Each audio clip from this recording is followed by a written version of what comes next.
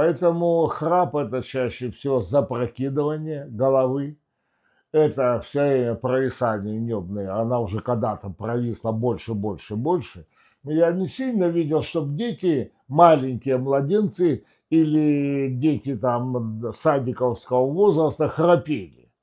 Правда, отцы? Вот вам про... Когда-то было, не храпел, потом периодически начал храпеть, потом сильнее начал храпеть, а потом все разбежались из дома, потому что все стекла дорожат. И таких видели. Вот. Но нужно понимать, а где, на каком моменте только началось это? И что сделали не так, что захрапели?